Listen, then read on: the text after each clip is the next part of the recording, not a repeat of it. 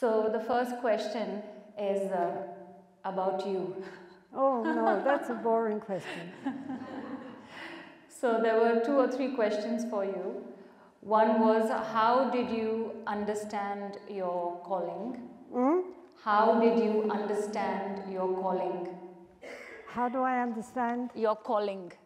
Oh, you mean as a nun? To the path, yes. Well,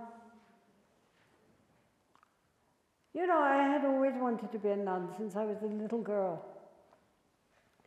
And when I was small, I used to draw pictures of Catholic nuns in prayer.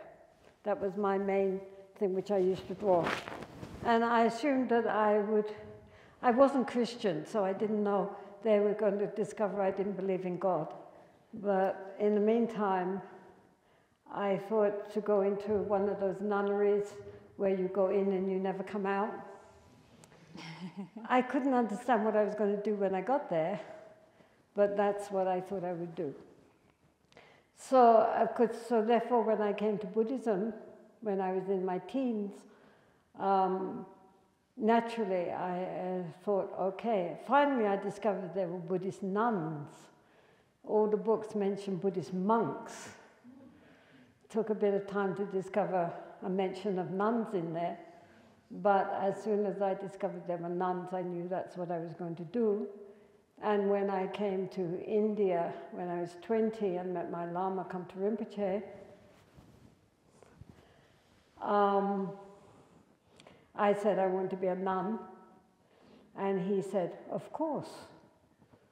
And so then 3 weeks later I took my first ordination. So here we still are. We are still connected with the next incarnation of Kamta Rinpoche, who lives down the road at Tashijong. And I ended up with a whole bunch of nuns. And it seems in this lifetime, nunship is my role. Thank you for sharing that. The next one is a little personal. What was the most rewarding challenge you faced, and how did you overcome it? What was my most rewarding challenge? Oh, who knows? I think the main challenge which we all started with was just having a female body, because Buddhism, like all major religions, is very patriarchal. And so therefore, as a female, there was, at first I thought it was me. And then in the 70s, this was, when I was living with the community. And I was very fortunate because I was secretary to my Lama, so I saw him all the time, so that was very lovely. And he was lovely, nothing wrong with him. But still, the whole society was patriarchal. And I thought the problem, I didn't know about patriarchy in those days. So I thought the problem was me. And then one time somebody gave me a book on many different essays on patriarchy and feminism. And it was like the shield dropped from my eyes. And I saw it was nothing to do with me per se. It was just this whole mindset in which I had found myself. So that gave me a lot of courage, because I realized it wasn't a personal problem, it was a cultural problem. And around that time, my Lama Kamta Rinpoche also said, now you should go away and practice. So he sent me to the valley of Lahul Spiti. And that made life much easier, actually. There wasn't, I mean, it's also a patriarchal society, but one could manage much better on one's own. So, you know, things have changed through the years. Our nuns now are highly educated.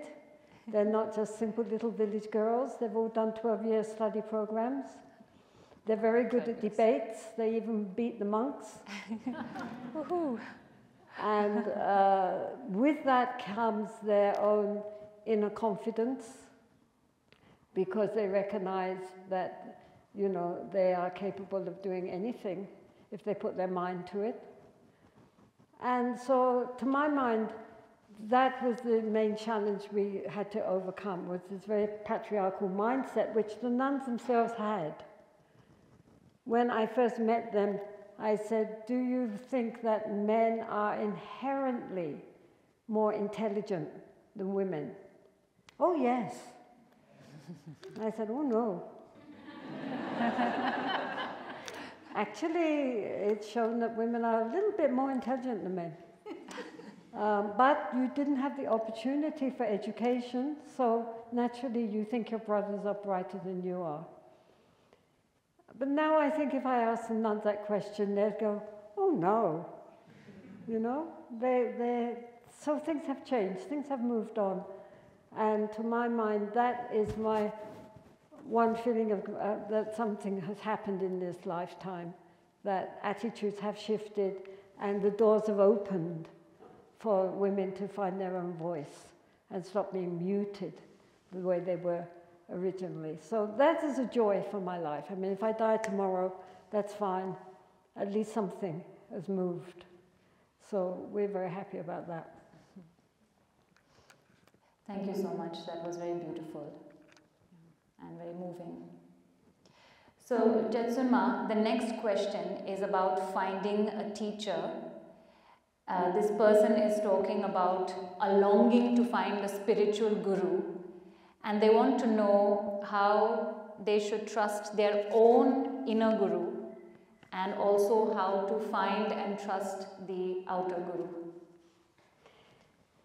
Well, of course, sometimes I say that half the people that come to see me, their problem is they are looking for a guru. And the other half come to me because their problem is they do have a guru. So this whole question of finding a valid teacher is something which is very difficult. I mean, of course, apart from the importance of guru devotion on the spiritual path, any skill that we want to learn, it helps a lot if we have a good teacher. If we are trying to learn a musical instrument, or a sport, or dance, or computers, or anything, we need a teacher. Someone who knows more than we do, to not only show us how to do things right, but correct us when we do things wrong. And undoubtedly, if even just learning a musical instrument, we need a skilled teacher, what to speak or transforming our mind. So I'm, in the words that follow, I'm by no means discounting the importance of the guru. But the problem is, who is a trustworthy guru? It's not easy to tell, because mostly we only see the teacher when they're sitting on their throne, looking very teacher-like, and we don't know how they are behind closed doors. And their attendants also, whose reputation relies on the reputation of the guru, are therefore not going to speak about anything they know. They'll keep it very quiet. So we don't know. The other problem is that good teachers, nowadays especially, in this day of mass media, often have so many students that it's very difficult to have what people dream of, a one-on-one relationship. For example, when we were at a teaching of Mingyur Rinpoche, there were so many people that 25 people at a time had to see him for 5 minutes. So he said, don't ask me how I am, don't make any chit-chat, just tell me your question. Decide between the 25 of you what your question is, and just sit down and ask it, because we don't have time. So that's difficult for many people. I would say, on the other hand, that partly this is the problem of our expectations. Most of our nuns have great devotion to Kamtu Rinpoche, the Lama in Tashijong, who is the spiritual director. But none of them know Kamtu Rinpoche. None of them go and sit with Kamtu Rinpoche and have a cup of tea and chat and find out how he's feeling, what he's been doing, how's the weather. But from their side, they have what is called pure perception, pure view. And so from their side, they have devotion. They don't expect to know him as a person. Do you understand what I'm saying? Chugang Trungpa Rinpoche said it's like a corridor with two doors. The teacher's door is always open, but whether or not the student's door is open or not depends on the student. So if you want the current to go across, you have to open your door. The onus is always on, in that case, on the student. Another example would be if the sun is shining. The sun is incredibly, incredibly powerful. So this is like the blessings of all the Buddhas and Bodhisattvas. But if we put a piece of paper down on the ground in front of the sun, the most it will do is get crinkled and dry. But if we put a magnifying glass between the rays of the sun and the paper, in no time at all it starts to go brown and smoke and then bursts into flames. So that magnifying glass is the role of the teacher, that they concentrate all the blessings of the Buddhas and Bodhisattvas, and through our openness to the teacher, we can burst into flames. And it doesn't matter that there is no personal interrelationship. The important thing is our open-hearted devotion. In the meantime, we can also seek out instruction from people less exalted than a high Lama, for example, or a high Guru.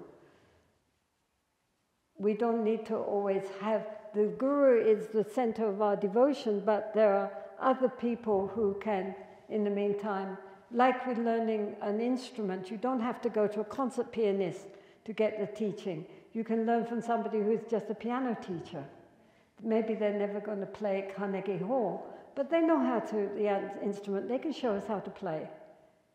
And then we can listen to the recordings of the great masters of the instrument to get us inspiration. So it's like that. Sometimes the very highest lamas would not be the best ones for us to hope to make an interrelationship with. Maybe somebody at a lower level who knows what to do and how to do things is much better. And then we can at the same time cultivate devotion to someone who is higher, but personally unattainable. Does that make sense? Because otherwise people get very frustrated, you know, that you only get like 2 minutes to see the Guru, and then but it doesn't matter. Because it's not a matter of distance also, that's the other thing. We always think we have to sit in front of the Lama, but we don't. Because what is the blessings is a mind blessing which has nothing to do with time and space. If from our side we have open devotion, then the blessings come. We can be sitting in front of the Guru, but if we don't have devotion, the door's closed.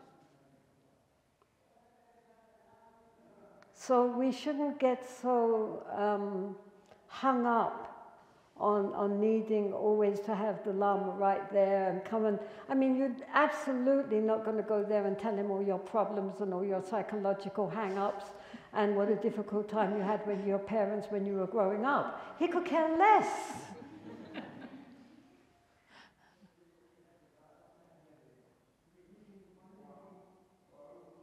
That's not what they're for. So the important thing with the relationship with the Guru is our open-hearted perception of them as a perfected being. And the openness of emptying ourselves out of any idea of what I'm going to get from this relationship so that the blessings can pour in like an empty vessel. And meantime, to find people who can just tell us what to do, the mechanics of our practice. The whole point is to recognize that our true Guru, as it said there, is our innate wisdom. But our innate wisdom has to be cultivated. And that is done through Guru devotion, where you absorb the blessings of the Lama into the heart like water into water. Recognizing that what we are going for refuge to in a teacher is not their personality. It's not whether when they smile they got cute dimples. It's not anything to do with whether they seem to like us or not like us or any of that sort of thing. Nothing to do with that. Of course, because we are embodied beings, we need an embodied symbol in front of us. But the looks of the Lama, the personality of the Lama is not what we're going for refuge to. We're going for refuge to the nature of the mind. Their inherent Buddha nature, which they, otherwise why are they sitting on their throne, they have recognized and stabilized, and we have not. And so what we are trying to do is open ourselves so that their blessings may come, so that we can recognize the nature of the mind. When the nature of the mind is very stable, then we can begin to trust our own innate wisdom, which is what they're trying to reveal to us. That's the whole point, is that opening of ourselves, that emptying out, allows for their blessings to activate our own inner wisdom. So therefore it's like a twofold process. And for that you don't need the Lama to be right in front of you. I mean, we can be 1,000 miles away, but if we are opening our heart with prayers, the blessings are there. As I said, we could be right in front of them, but if we don't have devotion, then there will be no blessings. So it doesn't depend on the Lama, it depends on ourselves and our ability to open up.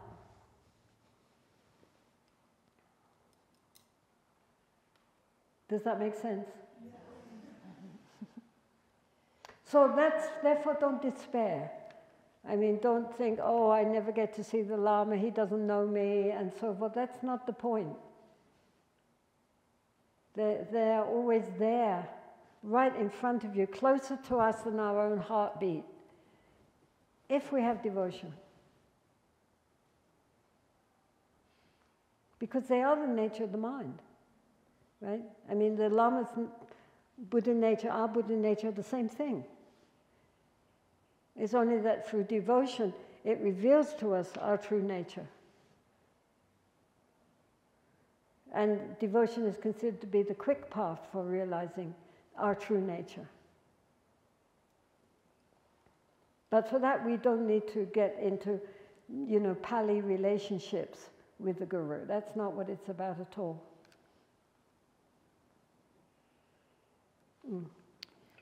Jetsunma, I'm just curious. Sorry, yeah? Up to you. Go. Up to you.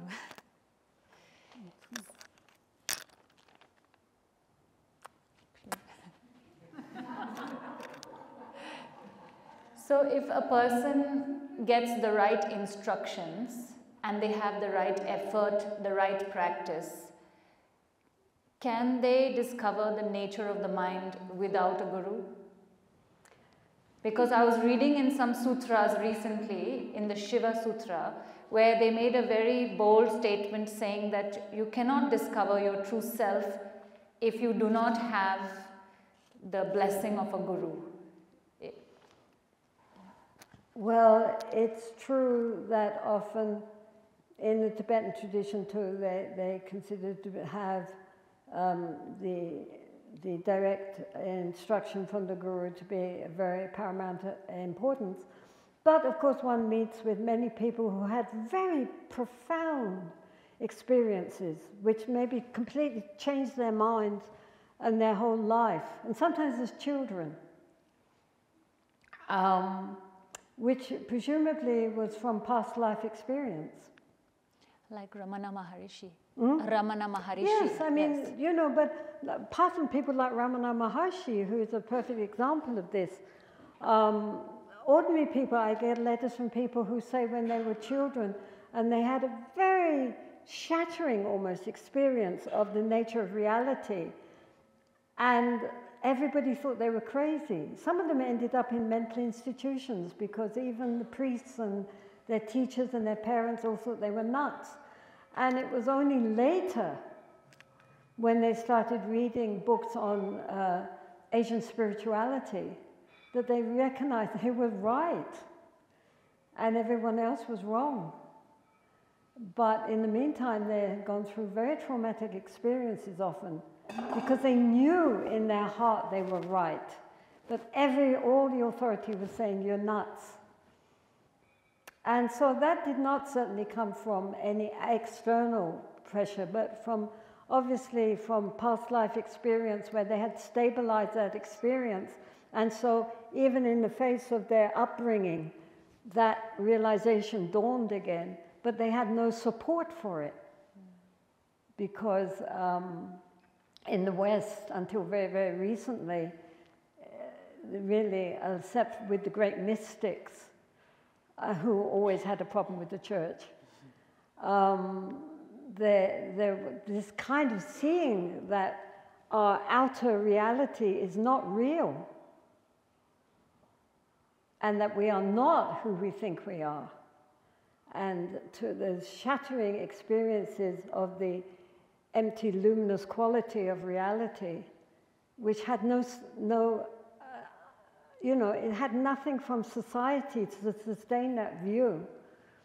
And so, as a result, people thought they were nuts, psychotic, when in fact they were simply more realized than the people around them. So yes, I think you can get breakthroughs. But for the majority of people, that's more difficult. And you can't wish it. You know, either it's there, it's not there. So then, mostly, you're advised to rely on that of a qualified teacher. Just to break it open, just for a moment, so that you can just see. And then it closes again. And after that comes the practice of having to sustain and make that initial breakthrough into a stable reality in the mind. That's the practice after that.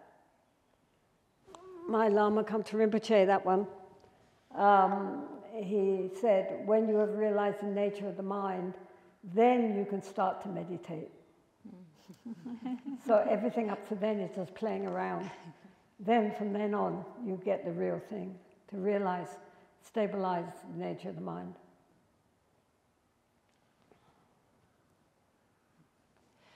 Which leads us to the next, but that's hopeful, thank you. The next question is on the nature of the mind.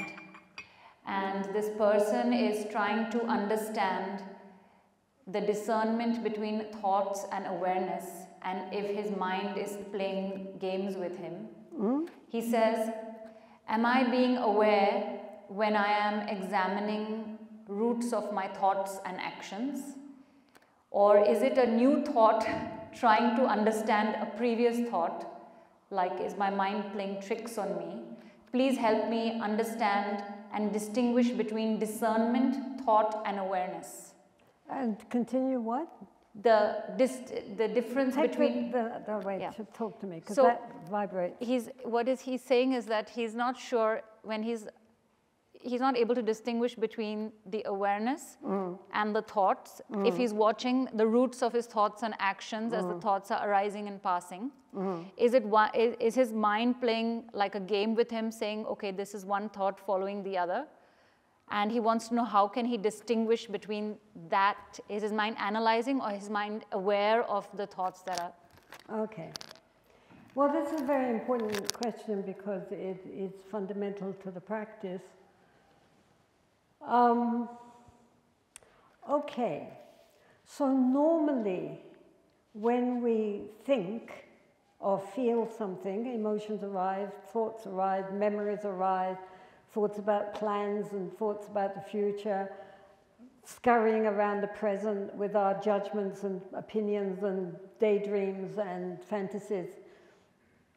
We are completely caught up in that turbulent stream of consciousness, right? If we think of it like a river, then we are being swept along by the river. We are totally immersed in the river.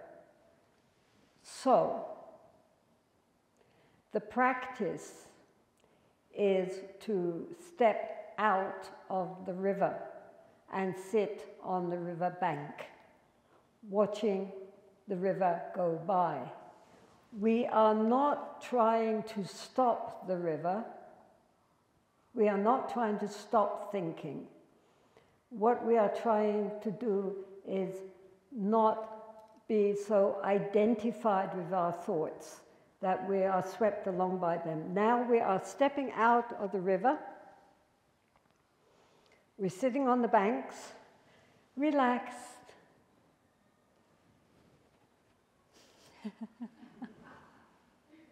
At ease,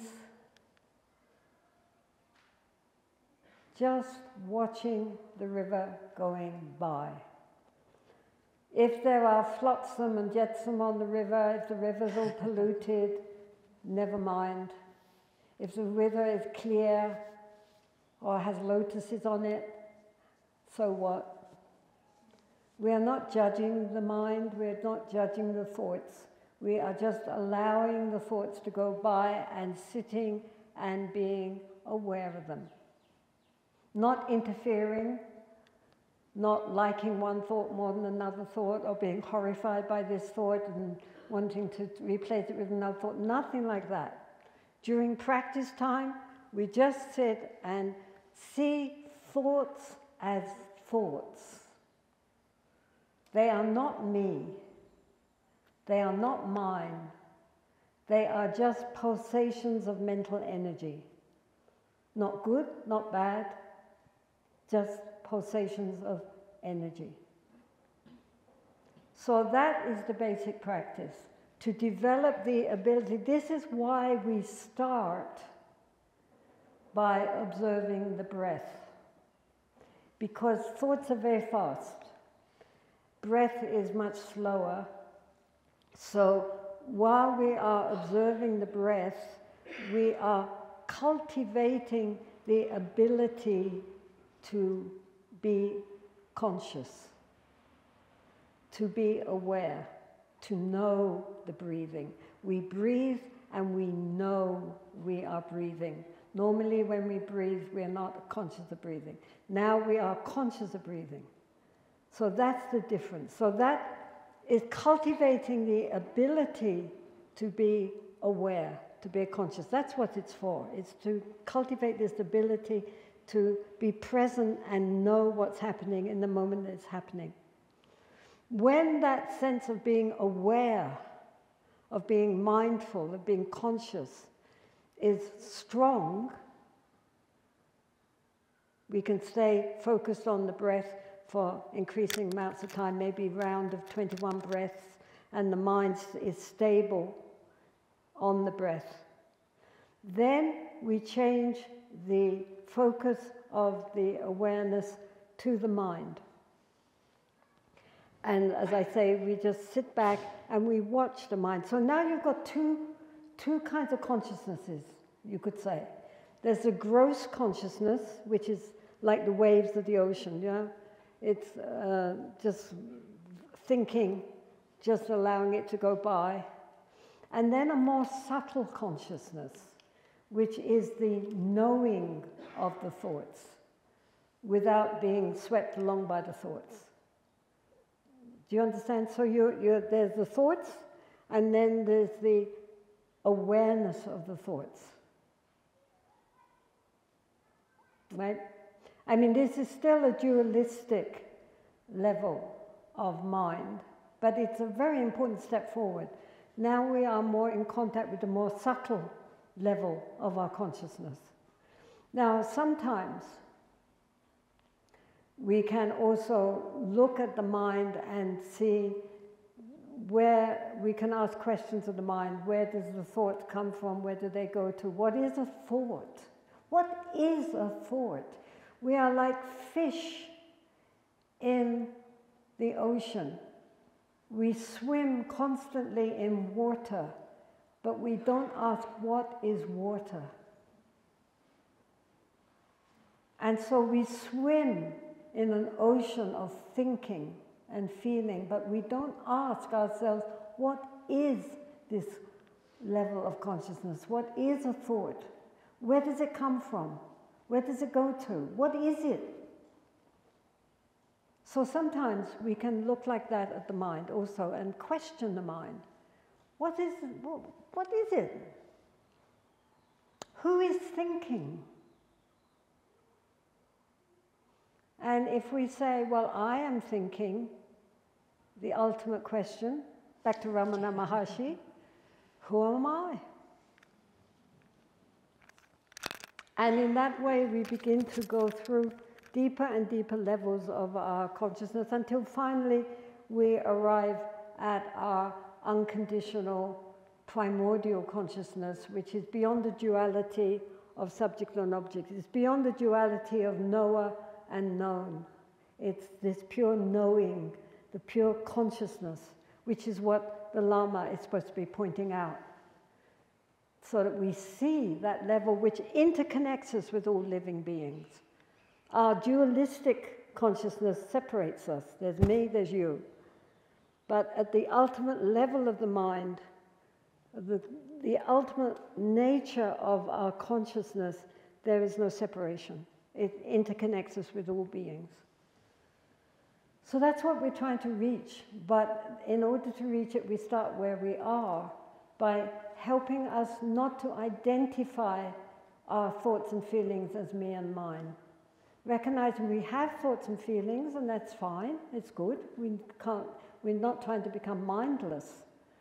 But what we're trying to do is recognize that that's just the surface. That's just the waves on the surface. What about the whole ocean?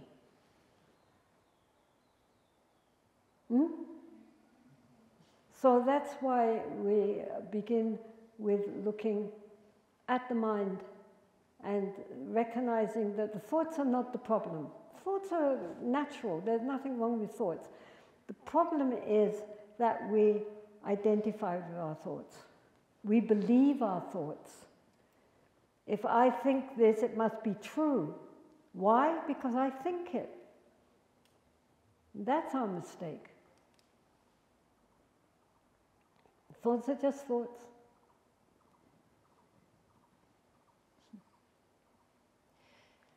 Thank you. That was a really important teaching for all of us. Since the hot topic is on emotions, could you please share maybe 1 or 2 or 3 key realizations or insights on how one can suffer less through the human emotions? Well, I mean, emotions in themselves are not good or bad. There are good emotions, and there are not good emotions.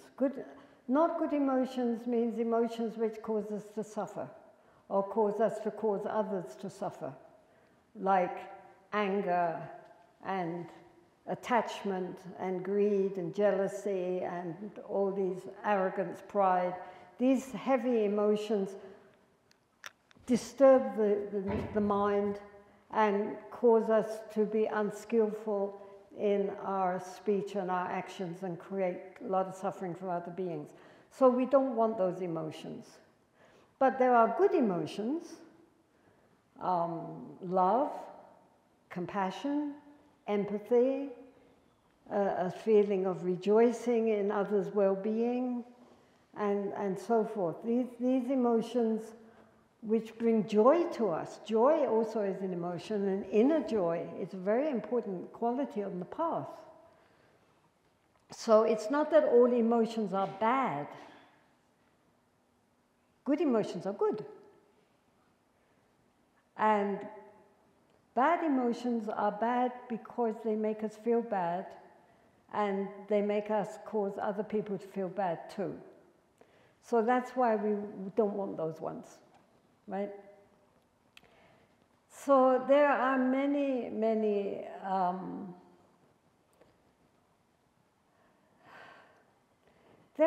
books on how to deal with anger, for example. It's very interesting. I even one time saw a book somewhere on the dumbest guide to overcoming anger. It was about this thick. And it actually, I started reading it because I wanted to see, you know, they have a dummy's guide to everything. I wanted to see what they had to say, and a lot of it actually was Buddhist. They didn't say so, but it was Buddhist exercises on how to overcome anger, and also psychological. It was actually a good book. But, you know, I mean, you've got so far started reading through all that book. You know? But many different exercises on how, but what you don't get is a dummy's guide on how to overcome attachment.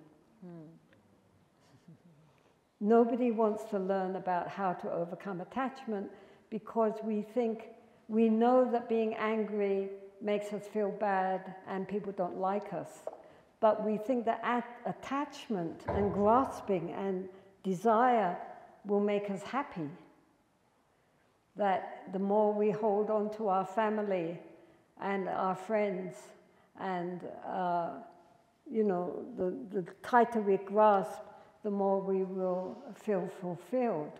Not recognizing that, as the Buddha said, the cause of our suffering is grasping, not anger.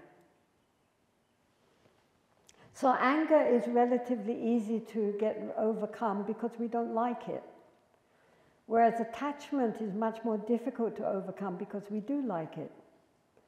And we think that it's going to be the cause of our inner satisfaction, not recognizing it, it's the cause of our dissatisfaction. It's much harder for people to overcome desire than to overcome anger. But the important thing with all these emotions is to recognize that they are not me and they are not mine. A lot of our anger comes because we are in conflict with ourselves. If we were not in conflict with ourselves, we would not be in conflict with others.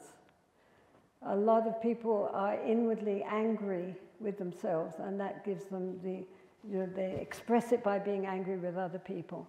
If there was not a flame inside, then it wouldn't ignite on the outside.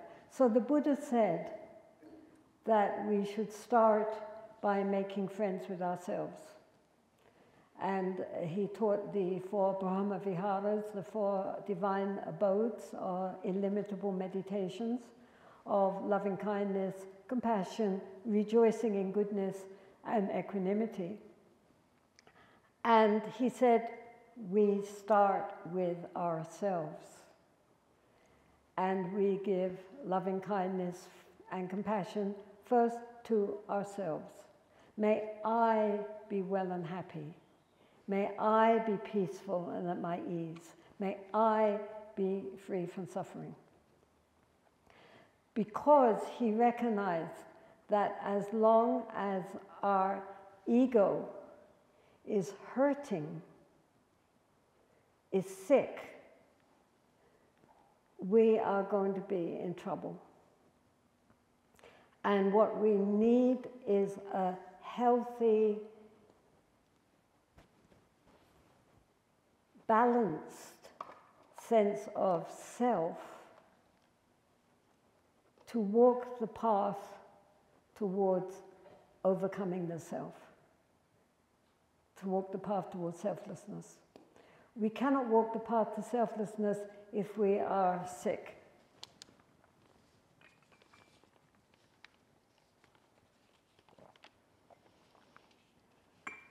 So,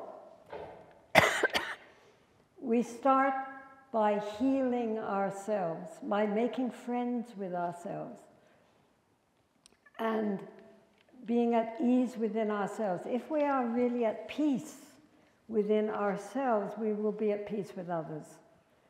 And so it's very important to work on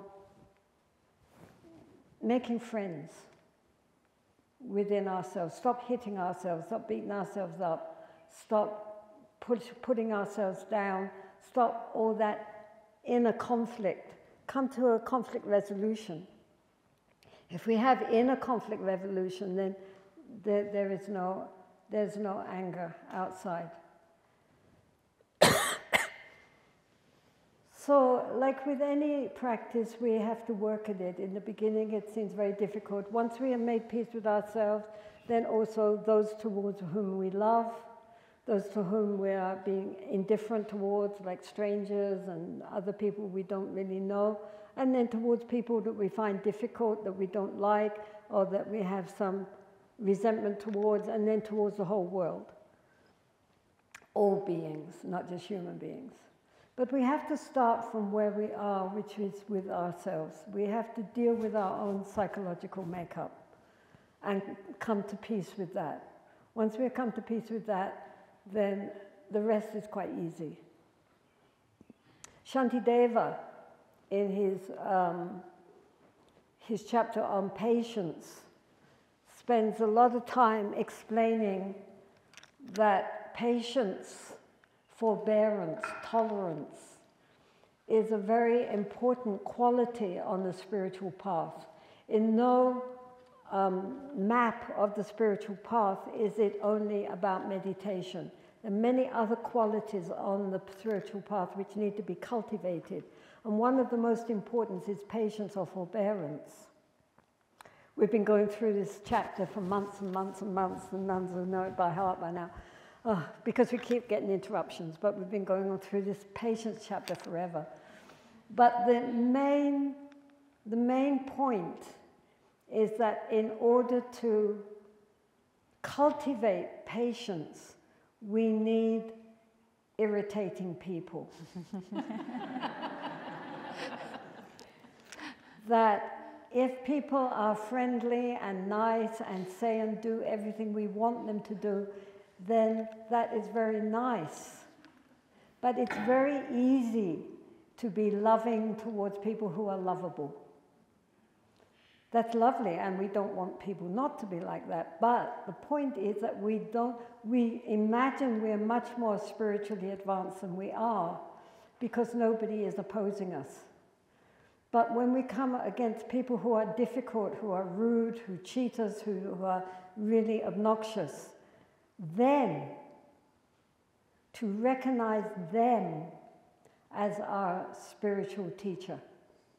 In fact, some of the texts say you put them on your head and show respect. Thank you so much, you're so obnoxious. Now I can practice my patience. You know, sometimes I tell this, one time our teacher of patience was always going into the foreign registration office of the police in Dharamshala. As you step at the door, you think, now this is my mind training practice for the day, right? And one time I went in there, and at that time they had to make our visa applications, and they were pretty difficult lot. Anyway, there was this foreign monk, this Western monk in front of me, and he had put in his application, several pages of it, and the police official said, no, this bit's wrong, you've done it wrong. So he said, oh, okay, give it to me and I'll change it. No, do it again. And he took all the pages and just tore them into pieces and then threw them at the monk. And so then the monk said, oh, well, please give me fresh pages. So he shoved them to him, and the monk said, thank you so much. And he turned round, and he saw me, the monk, and he grinned and winked.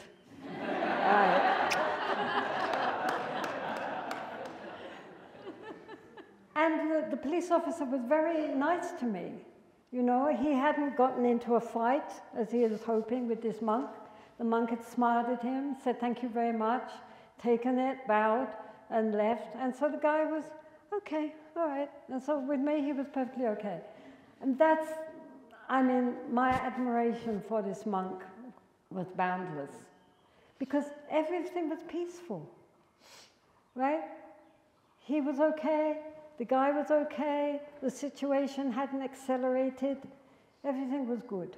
And I think the monk took that as his teacher of patience, right? So that's the point. So then we can use anger in that way. If we get upset with somebody, if we get annoyed with somebody, to recognize this is our opportunity to put these teachings into practice. The other thing which Shantideva says, which I think is useful sometimes, is that if we really cannot control our anger because of something, then we should act like a log of wood. Just don't react. All right, we can't arouse patience and sweetness at that time, but at least we're not going to get angry or lash out. Just be like a log of wood that even if you kick the log of wood, it won't react. And just don't react until afterwards, then we can deal with the situation more. You know, we don't say and do things which later we regret. This does not, of course, mean that we have to allow really obnoxious behavior. I mean, we can deal with it. Sometimes, you know, if you look behind you, we have the wrathful deities there.